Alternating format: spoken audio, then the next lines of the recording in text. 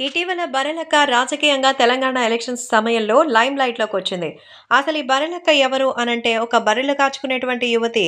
ఆమెకు సంబంధించిన ఈ విషయంలో ఎంత జరిగినా సరే అందరికీ తెలిసిందే.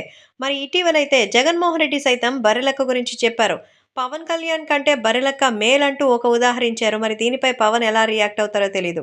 మొత్తానికి పవన్‌ని ర్యాంక్ చేయడానికి ఆమె పేరు తీసుకొచ్చారు. అయితే చాలామంది వాటికి సంబంధించినటువంటి విషయంలో అయితే బర్రెలక్క గురించిన పేరునే వాడుకుంటున్నారు. కానీ బర్రెలక్కకి ఎటువంటి సహాయం ఎవరి దగ్గర అందలేదని, మరి తనకి సంబంధించినటువంటి విషయంలో అందరూ కూడా అబద్ధపు విషయాలే చెప్తున్నారని, కొంతమంది తమకు ఇంటర్వ్యూ ఇవ్వలేదని కావాలని నెగెటివ్ ప్రచారం చేస్తున్నారని, నాకు వచ్చినటువంటి డబ్బుల ద్వారా ఏవైతే ప్రచారం సమయంలో నా కోసం సపోర్ట్ చేశారో, నా అకౌంట్‌లో డబ్బులు వేశారో, వాటికి సంబంధించి నేను ఆల్రెడీ కూడా ఒక క్లియర్ బిల్స్‌ని చూపించానని, అంతేకాకుండా మిగిలిన డబ్బులతో ఒక చంటిబిడ్డకు సంబంధించిన హార్ట్ ఆపరేషన్‌కి కూడా సాయం చేశారని, ఇవే కాకుండా రాబోయే రోజుల్లో మరికొన్ని ఆలోచనలు కూడా ఉన్నాయి.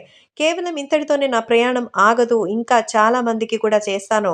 అంతేకాకుండా చదివిపిస్తాను. అంతేకాకుండా ఎంపీ ఎలక్షన్స్‌లో పోటీ చేస్తాను. ఎక్కడ సైతం ప్రశ్నించే తత్వం ఆగను. కాబట్టి ఇలా ప్రశ్నించడం మొదలుపెడితే మంచి జరగడం జరుగుతుంది. ఎవరైనా సరే ఒక తప్పు జరిగితే దాన్ని లేవనెత్తే వ్యక్తి ఒకరు ఉంటేనే అక్కడ అభివృద్ధి జరుగుతుందనేటువంటిది నాకు అర్థమైంది. ఎవరిని బెదిరించినా, ఎవరెన్ని చేసినా నేనైతే ఎలక్షన్స్‌లో తగ్గలేదు.